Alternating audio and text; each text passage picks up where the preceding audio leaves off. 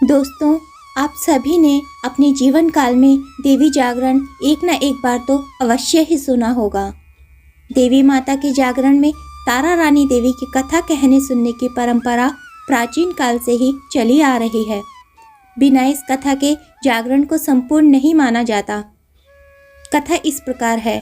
महाराजा दक्ष की दो पुत्रियां तारा देवी और रुक्मण भगवती दुर्गा देवी की भक्ति में अटूट विश्वास रखती थीं। दोनों बहनें नियम पूर्वक एकादशी का व्रत किया करती और माता के जागरण में एक साथ दोनों भजन और कीर्तन सुना करती थी। दोनों ही बहनों पर माता रानी की कृपा हमेशा ही बनी रहती थी। एकादशी के दिन एक बार भूल से छोटी बहन रुक्मण ने मांस का सेवन कर लिया। जब तारा देवी को पता लगा तो उन्हें रुक्मण पर बड़ा क्रोध आया और वह बोली, तू है तो मेरी छोटी बहन, परंतु मनुष्य देह पाकर भी तूने नीच योनि के प्राणी जैसा कर्म किया है। तू तो छिपकली बनने योग्य भी नहीं है। बड़ी बहन के मुख से निकले शब्दों को रुक्मण ने स्वीकार कर लिया और साथ ही प्रायश्चित का उपाय पूछा। तारा ने कहा, त्याग और परोपकार से सब पाप छूट जाते हैं। दूसरे जन्म में तारा देवी इंद्रलोक की अप्सरा बनी और छोटी बहन रुक्मण छिपकली की योनि में प्रायश्चित का अवसर ढूंढने लगी। द्वापर युग में जब पांचों पांडवों ने अश्वमेध यज्ञ किया, तब उन्होंने दूत भेजकर दुर्वासा ऋषि सहित 33 करोड़ देवी देवताओं को निमंत्रण दिया था। जब दूत दुर्वासा ऋषि के आंगन में निमंत्रण लेकर गया तो दुर्वासा ऋषि बोले, यदि 33 करोड़ देवी देवता उस यज्ञ में भाग लेंगे तो मैं उस यज्ञ में सम्मिलित नहीं हो पाऊंगा। दूत 33 करोड़ देवी देवताओं को निमंत्रण देकर वापस पहुंचा और दुर्वासा ऋषि का सारा वेदांत पांडवों को सुनाया कि अगर पांडवों ने यज्ञ में 33 करोड़ देवी देवताओं को आमंत्रित किया है तो ऋषि हमारे यज्ञ में नहीं आएंगे। जब यज्ञ शुरू हुआ तो 33 करोड़ देवी देवता यज्ञ में भाग लेने आए, पर दुर्वासा ऋषि को यज्ञ में ना देखकर वहां उपस्थित सभी महानुभावों ने पांडवों से पूछा कि ऋषिवर को क्यों नहीं बुलाया गया है। इस पर पांडवों ने नम्रता पूर्वक उत्तर दिया कि उन्हें निमंत्रण भेजा गया था, पर वह अहंकार के कारण नहीं आए। यज्ञ में पूजन हवन आदि समाप्त हुए। तत्पश्चात भोजन के लिए भंडारे की तैयारी होने लगी। दुर्वासा ऋषि ने जब देखा कि पांडवों ने उनकी उपेक्षा कर दी है तो उन्हें बहुत क्रोध आया।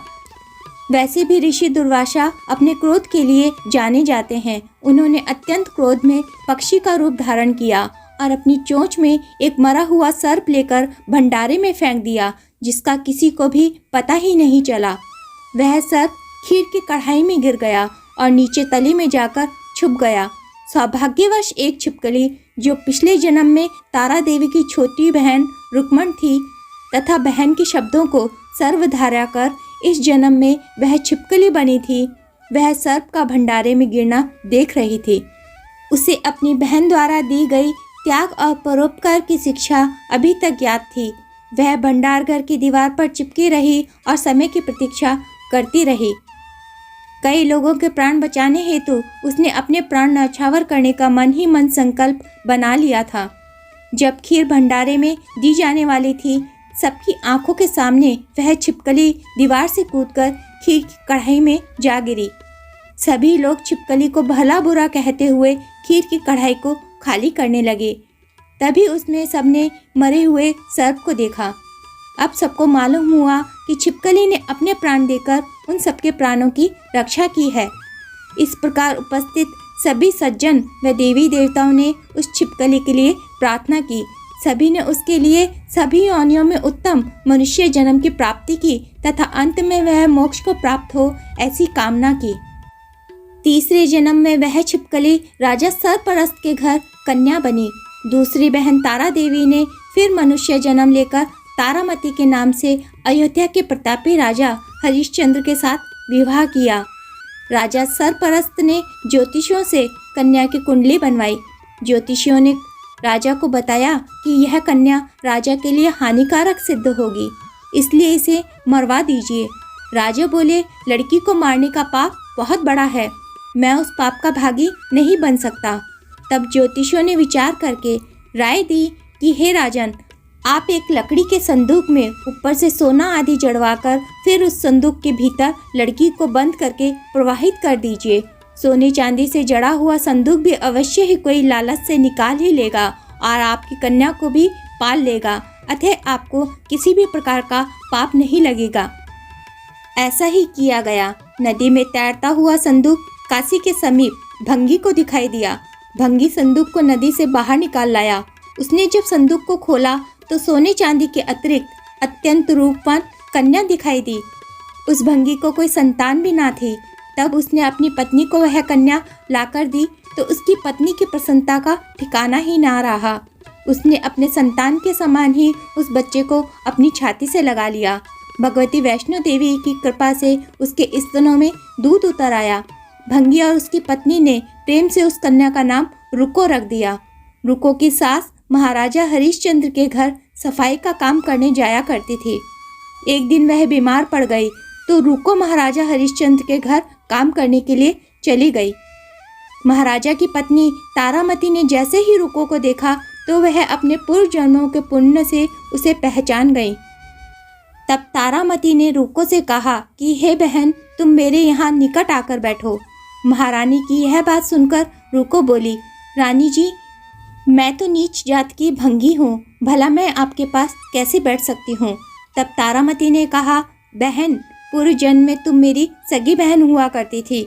एकादशी का व्रत खंडित करने के कारण तुम्हें छिपकली की योनि में जाना पड़ा। खैर, जो होना था वह हो चुका है। अब तुम इस जन्म को सुधारने का उपाय करो तथा भगवती माता वैष्णो देवी की सेवा करके अपने इस जन्म को सफल बनाओ। यह सुनकर रुको बड़ी प्रसन्न हुई और उसने उपाय पूछा। रानी ने बताया कि वैष्णो माता सभी मनोरथों को पूरा करने वाली है। जो लोग श्रद्धापूर्वक माता का जागरण और पूजन करवाते हैं उनकी सभी मनोकामनाएं पूरी होती हैं।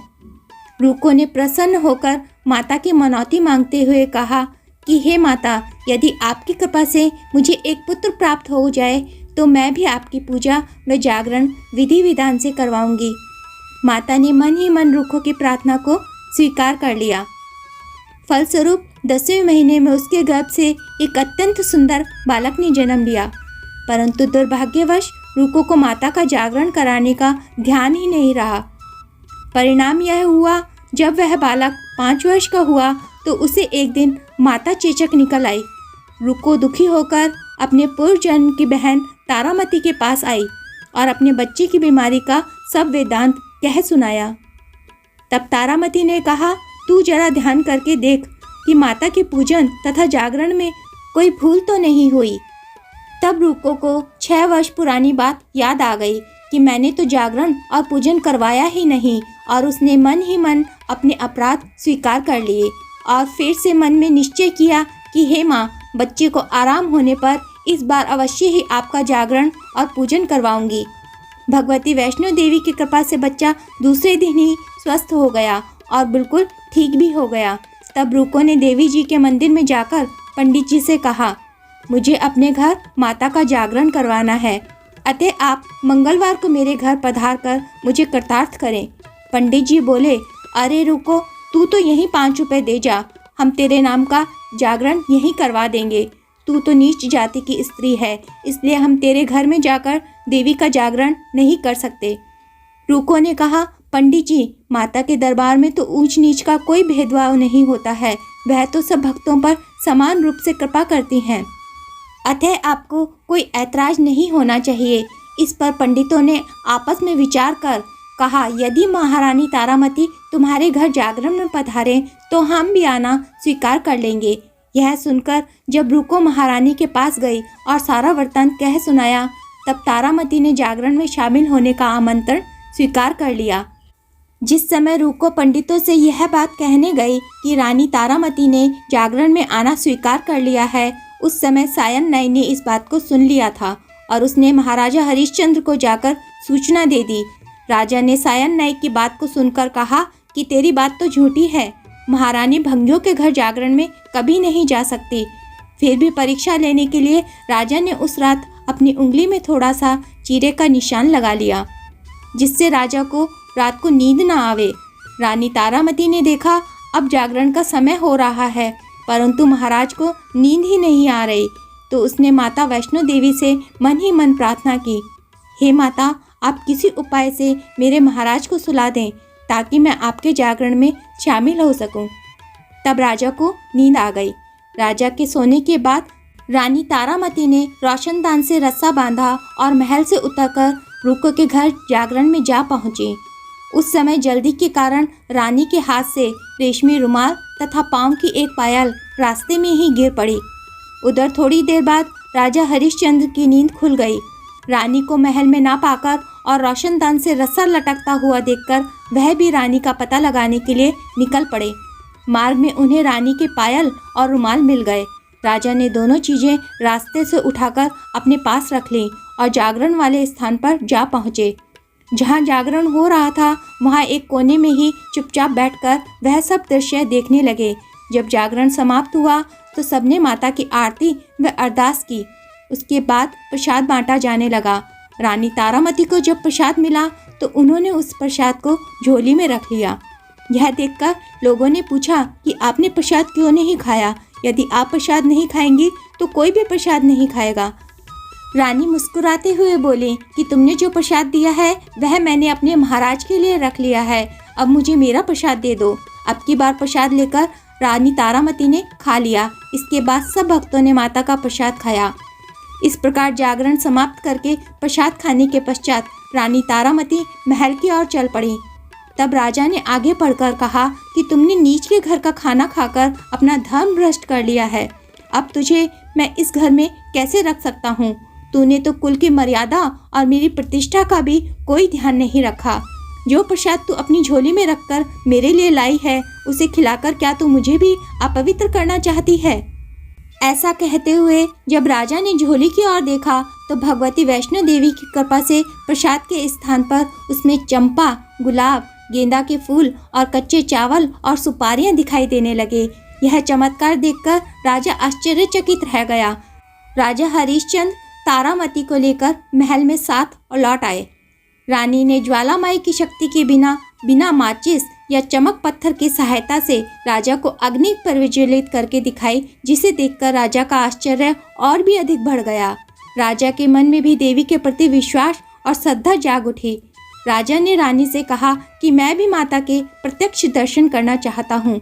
रानी बोली, महाराज, प्रत्यक्ष दर्शन पाने के लिए बहुत बड़ा त्याग होना ही चाहिए। यदि आप अपने पुत्र रोहिताक्ष की बलि दे सकें तो आपको दुर्गा जी के प्रत्यक्ष दर्शन हो सकते हैं। राजा के मन में तो देवी के दर्शन की लगन हो आई थी। राजन ने पुत्र मोह त्याग कर रोहिताक्ष का सर देवी के चरणों में अर्पित कर दिया। ऐसी सच्ची श्रद्धा और बलिदान देख दुर्गा माता सिंह पर सवार होकर उसी समय वहां प्रकट हो गईं और राजा हरिश्चंद्र माता के दर्शन पाकर अपने आप को धन्य महसूस करने लगे। माता के दर्शन पाकर मरा हुआ पुत्र रोहिताक्ष भी जीवित हो गया। यह देखकर राजा हरिश्चंद्र गदगद हो गए। इसके बाद राजा हरिश्चंद्र और तारामती को सुखी रहने का आशीर्वाद देकर माता अंतर्ध्यान हो गई। राजा ने तारा रानी की भक्ति की प्रशंसा करते हुए कहा कि हे तारा, मैं तुम्हारे आचरण से अति प्रसन्न हूँ। मेरे धन्य भाग हैं जो तुम मुझे पत्नी के रूप में प्राप्त हुई हो। इसके पश्चात राजा हरिश्चंद्र ने तारा रानी की इच्छा अनुसार अयोध्यापुरी में माता का भव्य मंदिर तैयार करवा दिया और सुख भोगने के पश्चात राजा हरिश्चंद्र, रानी तारामती और भंगन रुक्मन तीनों ही मनुष्य जीवन से छूटकर देवलोक को प्राप्त हुए। माता रानी के जागरण में तारा रानी की इस कथा को जो मनुष्य विधि पूर्वक पढ़ता है या सुनता है उसकी सभी मनोकामनाएं पूर्ण होती हैं, सुख और समृद्धि बढ़ती है, शत्रुओं का नाश होता है और सर्व मंगल ही मंगल होता है। इस कथा के बिना जागरण को पूरा नहीं माना जाता। तो दोस्तों, ये थी तारा रानी की कथा। अगर वीडियो पसंद आया हो तो वीडियो को लाइक करें, शेयर करें और कमेंट बॉक्स में जाकर कमेंट करना बिल्कुल भी ना भूलें। यदि आप हमारे चैनल पर नए हैं और अभी तक आपने हमारे चैनल को सब्सक्राइब नहीं किया है तो प्लीज़ पहले चैनल को सब्सक्राइब कर लें, बेल नोटिफिकेशन को ऑन कर लें ताकि हमारी वीडियो सबसे पहले आप तक पहुँचे। दोस्तों, मैं हमेशा यही कहती हूँ कि आपका सहयोग ही हमें आगे बढ़ने की प्रेरणा प्रदान करता है। आपके सहयोग के बिना हम आगे नहीं बढ़ पाएंगे। तो दोस्तों, आपका सहयोग हमारे लिए ज़रूरी है। वीडियो को अंत तक देखने के लिए आपका हृदय से धन्यवाद। माता रानी आपकी सभी मनोकामनाओं को पूरा करे।